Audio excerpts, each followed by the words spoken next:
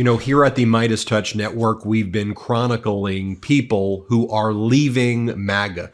And we're talking to two-time Trump voters who now are leaving MAGA. I want to highlight, for example, a veteran who served in Afghanistan, who used to be a big Trump supporter, who's now leaving MAGA, who's going to explain why he left MAGA. But I want to play this clip for you right now to remind you about how Donald Trump capitulated to the Taliban, how he said he believed the Taliban. Here's Donald Trump's own words. Let's play it. I'll be meeting personally with Taliban leaders in the not too distant future. And we'll be very much hoping that they will be doing what they say they're going to be doing. They will be killing terrorists. They will be killing some very bad people. We want to bring our people back home. We've killed ISIS fighters by the thousands, and likewise in Afghanistan, but now it's time for somebody else to do that work, and that'll be the Taliban. And I really believe the Taliban wants to do something to show that we're not all wasting time. Now I want to bring in Rich Logis, the founder of Leaving MAGA, and he's here with Justin Yu. Justin Yu is a veteran. Justin Yu served in Afghanistan and Iraq in the Army National Guard. He's a two-time Trump voter. He's no longer supporting Donald Trump. This is so important, this interview, explaining how people can get out of MAGA and what it takes for them to realize what a dangerous anti-American movement that it truly is. Take it away, Rich Logis. Hey out there, America. It's Rich Logis coming to you here from Leaving MAGA on the MeidasTouch Network. I just want to give a quick thanks again. All of the views, all the engagement, all the comments, most of you loving, some of you loathing our Leaving MAGA videos and conversations we've been having. Again, you can find those at the MeidasTouch Network. Got another one we're going to be dropping for you today, and it's a gentleman named Justin Yu. Now, Justin is a veteran, so I just want to personally thank him before he comes on for his service to our country. And he's going to talk a little bit about his upbringing and his family, and I just want to make mention to him as we bring him on here that I've always said with our servicemen and women that they sacrifice and risk their lives, but also their friends and family do as well when they're on duty and overseas. And I feel like sometimes friends and family are a little bit overlooked. So I want to bring Justin in and have him talk a little bit about his upbringing, his time in the military, and why going from the military to MAGA was a logical move for him. Justin, thank you so much for being here with us today. I really appreciate it. One of the benefits of having left MAGA is I get to meet so many people whom I probably would not have met. And Justin, I just want to say, if I had met you while I was still in MAGA, without knowing anything about you except who you are and how you voted, I would have thought you were like you were on the battlefield up against others, an actual political enemy. So I just want to say that if we had met, I'm apologizing to you for what I would have done. Thank you so much for being here. Let's just get right into this, because what I'm really fascinated by is the Leaving MAGA work that we're doing is a lot of the mutual appeals of the military being in that community as well as the MAGA community. Tell us how that was for you in your own life, how you wound up going from military service into being a MAGA American.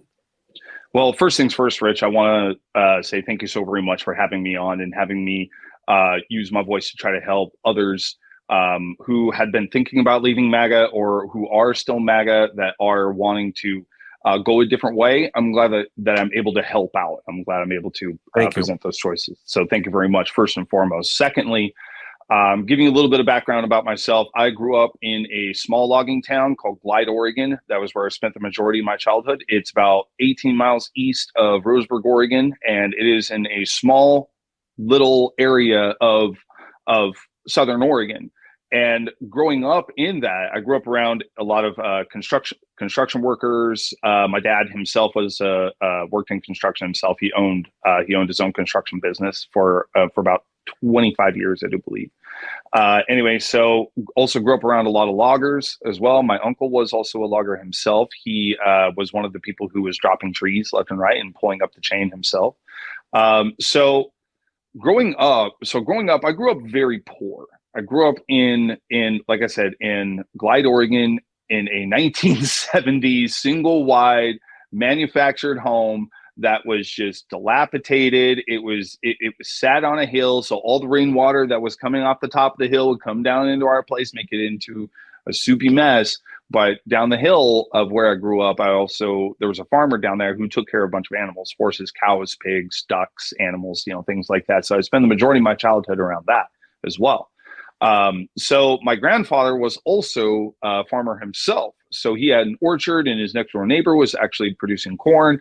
And the neighbor just a little bit down the road from him was doing alfalfa as well as hay. So I got to spend a lot of time around people who were actually producing food for our community in Douglas County. So I spent a lot of time around a lot of blue collar people, and I was never really around very much of a white collar or professional people. So growing up with that, my uncle was also a police officer as well. He served honorably with both a local law enforcement officer as well as also a deputy sheriff. And then he was very pro law enforcement as well. So I grew up around that community very much as well.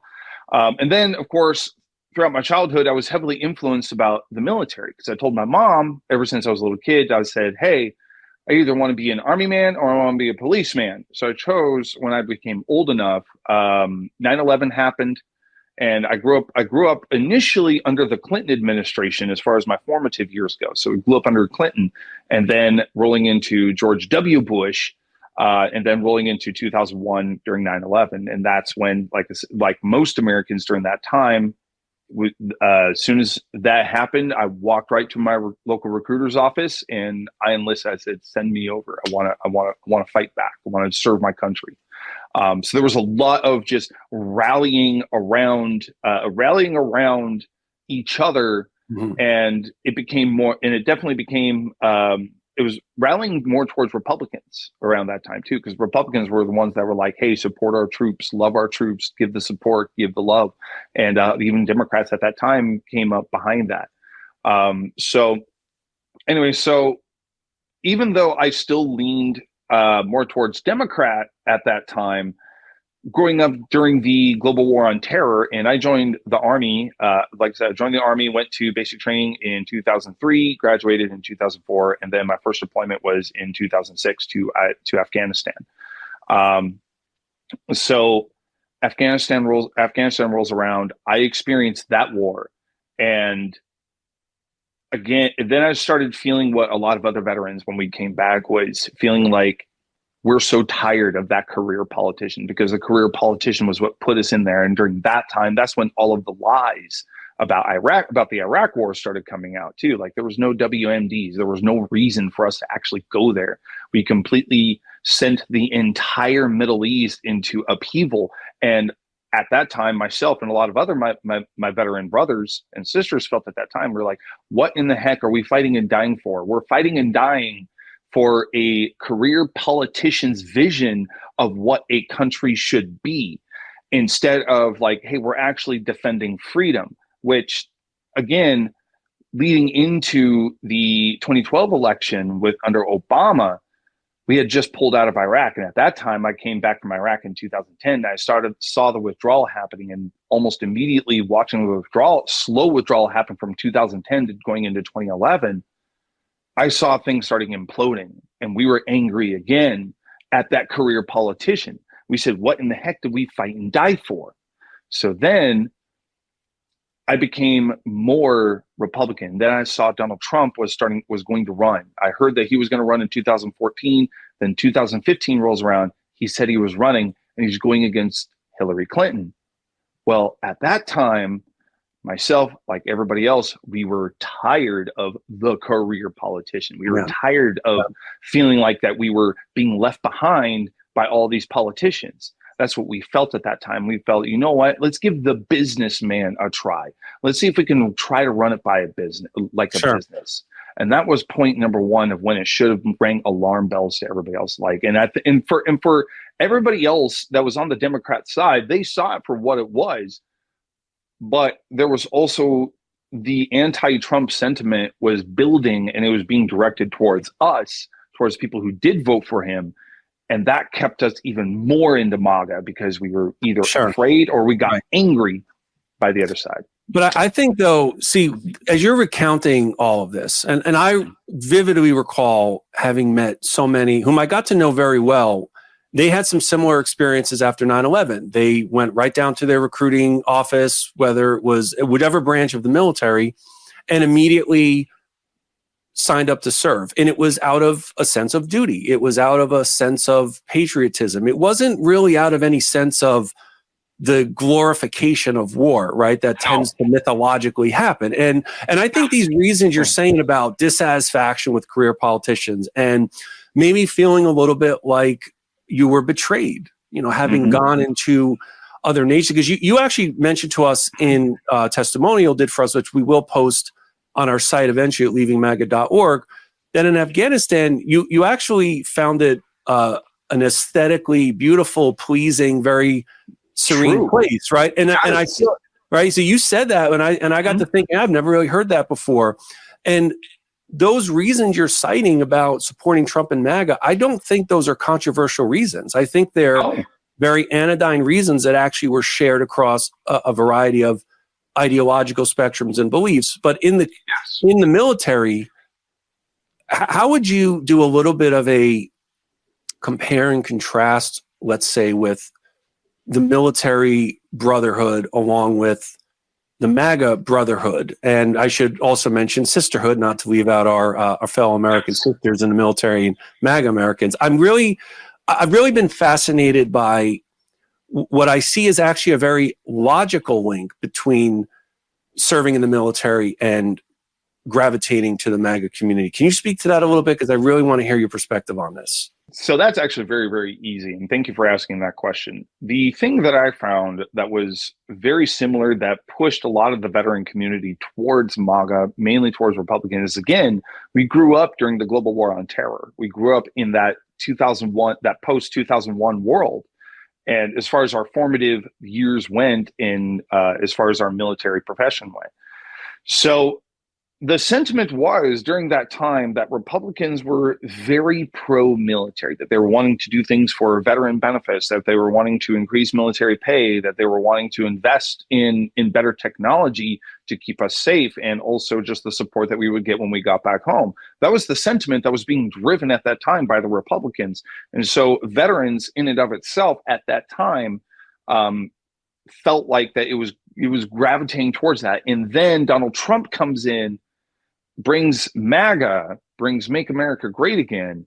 And for us, it was the hope that he would actually bring us back to where it's like we're not the bully anymore. We're not going to upheaval anymore. We are who we are, like in protecting people and protecting our allies and taking care of the people who did serve and taking care of the men and women who did sacrifice themselves and the lives of their families that were changed as well. It very much felt like that there was a lot of gravitation towards MAGA because of the root of Republicans and military being very closely tied together. So I think that that's how it ended up being transferred over, and why a lot of that veteran brotherhood also had a lot of MAGA brotherhood. It kind of coincided with each other quite a bit. Thank you for that, because there was, I know you'd mentioned also in some of our conversations about where some of your doubts commenced, and some of them were actually in our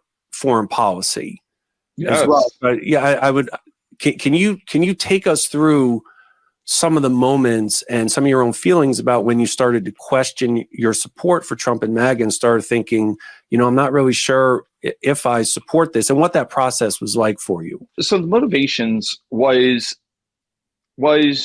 I had moved myself away from all of the other heads that were physically in my life saying the same thing, because I was surrounded in an environment that was all Trump. It was all pro-Trump, every single bit of it. The response from COVID didn't really start. What started was just the slow drip of negativity from him.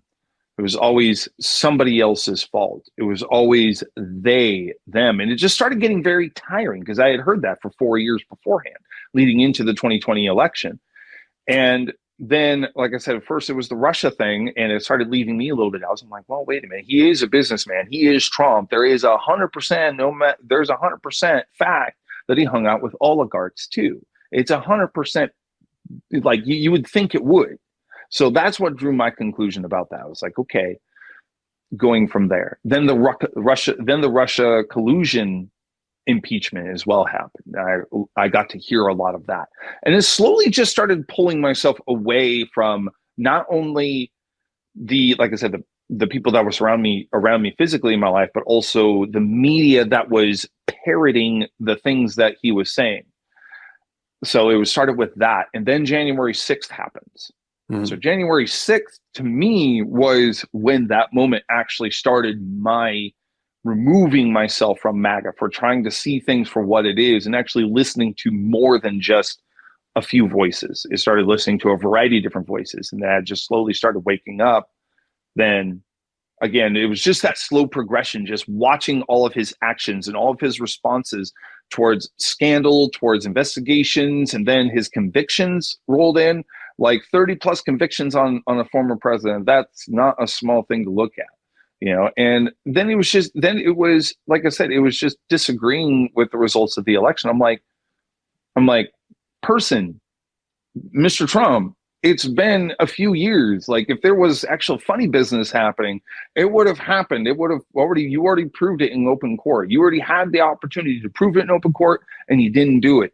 So yeah. And the fact that he still hasn't conceded is still something that is like, it's a fun little quirk that I like to look at. But it was just things like that. It was enabling a group of individuals to storm the Capitol with the sole purpose of disrupting a legal proceeding that needs to happen. Like as far as I can remember, that's never happened before. Yeah. So watching that live on TV to me was wild. Mr. President, for 3.5 years after you lost the 2020 election, you repeatedly falsely claimed that you won, many times saying you won in a landslide. In the past couple of weeks leading up to this debate, you have said, quote, you lost by a whisker, that you, quote, didn't quite make it, that you came up a little bit short. I said that? Are you now acknowledging that you lost in 2020? No, I don't acknowledge that at all. But I said that sarcastically. You know that. It was said, oh, we lost by a whisker. That was said sarcastically. The biggest moment was watching the debate. That was when I started making that post, like, oh my gosh, this is why I'm turning away from MAGA. I felt comfortable, felt confident about it. And that was because of Vice President Harris feeling like that she's having us unite in purpose about politics and about our government, and not about anything disastrous. Like, she's enabling us to have, I've been seeing all over TikTok of people having just nice, polite debates. Sure, people are still getting at each other, but people do that. You have differences, and people have been so angry at each other for so long, it's hard to let go. But people are letting go of that. And I think that Vice President has a lot to do with that. You know, I think, thank you. I just think it's so remarkable how so many of the Leaving MAGA stories so similarly track in so many different ways, even though each of us were individuals and we have our experiences and our traumas and our influences growing up. And I imagine for some who might be watching, they may think, well, there's a lot that went into the reasons Justin left and the time of it. And I understand to some extent why some are very exasperated and might think, well, how come you didn't leave after this event or that event or a combination of events? But this is not how people really extract themselves out of these really toxic communities. And, you know, I can really hear, and from our conversations and what you're saying, it really was a gradual process for you. I always joke that my personal and political epiphany, to paraphrase the late Ernest Hemingway, happened gradually and then suddenly all at once. And I find that that's actually quite common. So I really appreciate just how candid you are and the vulnerability of really trying to work through all of these various moments in which the doubt just keeps growing and growing until there's a point where you say, like I did, can't support this anymore. Justin, I want to ask you one last question because I want to get your take on this as a service member. Mm-hmm. So what would you say to, let's say a fellow military member, serviceman or woman, who is still all about supporting Trump, and supporting MAGA. Do you is there something in particular that you would like to mention to them based on your experience? And is there something that you may feel like they're overlooking? Because in the military, right, you take an allegiance and an oath to the Constitution, not to the government, not to a political party or a candidate, just like you alluded to at the outset here. Is there something that you maybe feel like veterans who, for sincerely held beliefs and reasons, are still supporting Trump, but is there something that they're missing that you feel like you can shed some insight on for them? Yes, I do believe so. What I think the number one thing is just to listen to him.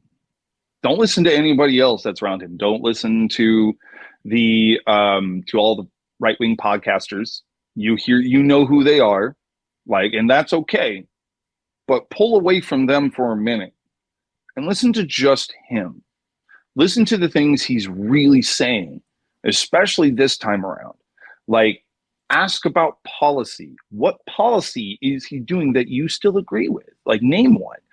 Ignore whoever they are, that is, whether it's immigration or if it's the actual current administration or whatever. Ignore all of that. Ask about him. What did he do during his 4 years that was good for us veterans, that was good for the military? People say, oh, the pullout from Afghanistan was Biden's fault. No, it wasn't. Trump started it. Yeah, I'm glad you remember that. Trump started it. Trump released the prisoners, not just any prisoners, the ones that were wanting to hurt us, the very same ones that did blow up the gate during the pullout in 2021. That started with Trump because he wanted to give the Taliban, again, he felt that he was giving the Taliban something for them to hold back on pushing forward and trying to push forward. But really all they were doing, they were just biding their time. So the pullout of Afghanistan with all that equipment there, that wasn't Biden's fault. That was Trump. First, thank you. President Trump, your response to her saying that you began the negotiations with the Taliban. So if you take a look at that period of time, the Taliban was killing our soldiers, a lot of them, with snipers. And I got involved with the Taliban because the Taliban was doing the killing. That's the fighting force within Afghanistan. They don't bother doing that because, they deal with the wrong people all the time. But I got involved. And Abdul is the head of the Taliban. He is still the head of the Taliban. And I told Abdul, don't do it anymore. You do it anymore, you're going to have problems. And he said, why do you send me a picture of my house? I said, you're going to have to figure that out, Abdul. And for 18 months, we had nobody killed. We did have an agreement negotiated by Mike Pompeo. It was a very good agreement. The reason it was good, we were getting out. We would have been out faster than them, but we wouldn't have lost the soldiers. We wouldn't have left many Americans behind, and we wouldn't have left $85 billion worth of brand new, beautiful military equipment behind. And just to finish, they blew it. The agreement said you have to do this, and they didn't do it. They didn't do it. The agreement was terminated by us because they didn't do what they were supposed to do. I want to move on. And these people did the worst withdrawal and, in my opinion, the most embarrassing moment in the history of our country. And by the way, that's why Russia attacked Ukraine, because they saw how incompetent she and her boss are. President Trump, thank you. The military legally, or at that time, were ordered not to take it. That's right. They said, don't leave it there. They said, leave it there. Just go. And that's something that we need to think about too. And the other part is yes, we don't like career politicians. Nobody really does. Okay. At the same time, think about who we as Americans genuinely don't like, which is major corporations. We don't like corporations. Guess who Trump is? Trump is corporate. He is not just corporate. He is one of the corporate guys. That's how he thinks. He thinks in that maximizing profit type of mindset. And that's not, I don't want to say that's his fault in the world that he grew up in, but he was. he grew up in not only in a very old, outdated generation, in that 1940s, 50s, 60s civil rights era type of upbringing, but he has also been very rich. He is the rich guy. Remember back in the 80s and 90s, it was like you heard about Trump equaled wealth. Right. And that was the appeal, right? It's like that. Yes. That was there was this, Yes. one of the appeals of the camp when he first ran was being an unknown. And I think that people took some, I think it's very rational that some Americans said, okay, as an unknown, willing to take a chance, willing to take a calculated risk here and wager. And that was certainly for me part of the appeal. And, you know, as far as military, this is one point I do want to mention also as we near the end here, is that when I look back at the burgeoning curiosity that I had about the Trump campaign after he declared in the summer of 2015, in hindsight, the moment I should have run, the moment my curiosity should have ceased and desisted was when he said what he said about the late Senator John McCain. My gosh! I like those who aren't captured. Looking back on it, if I ever meet Meghan McCain or Mrs. Cindy McCain, I'm going to give them an especial apology. That is when I should have run very, very fast, because you've also got these other events like the suckers and losers comments, right? And you have people like General John Kelly, a highly, highly venerable and decorated military officer who served in an impossible role as a chief of staff to Trump, and he's corroborated these remarks. And yes, I know that we all weren't in the room when it was allegedly said, but I always said with Trump, when you think about a lot of the worst statements that he's accused of making and alleged, I always ask people, is it believable though that he would have said that? And I think the fact that it is so believable that he would have said that it really tells us, I think, so much about just who he is as a person. And as I go out and about, and those who are undecided for this election, one of the reasons, that they're undecided is, and they don't want to vote for Trump, is because of character. And I think that you have just really so well, in summation, highlighted how, as a veteran dedicated to our democracy, you could not and would no longer support this person. And Justin, I just want to say, I'm proud of you. I thank you for your service. It takes an intrepid person to do everything that you have done in your life, to go through a poor upbringing into the military, and to go through this transformative process of being in MAGA and leaving. You've also got a lot of shorts out there that you do on socials. Where can people find you? Where can people find you and watch all those? I really love those vignettes that you've done. That's how I discovered you. So where can people find you? You can find me on TikTok. My TikTok is @thatguyu, or just search Papa U on the search bar. You can find me up, or Papa U, or Justin U as well. So you can find me on free. Yep. All right, great. So everyone out there, now, in addition to watching on MeidasTouch Network, you need to get to Justin's socials and watch. So he's got so many great. They're humorous. They're educational. Justin, you with us today, service member, left MAGA. Justin, I'm so thankful on behalf of everyone here. Really appreciate you being with us. Thanks so much. Yeah, thank you for having me. I really appreciate you guys. Thank you. Hey, America, if you like this video, be sure to subscribe down below so you don't miss any of our Leaving MAGA and MeidasTouch Network updates and Leaving MAGA videos. As always, thanks so much for watching. Love this video? Make sure you stay up to date on the latest breaking news and all things Meidas by signing up to the MeidasTouch newsletter at MeidasTouch.com/newsletter.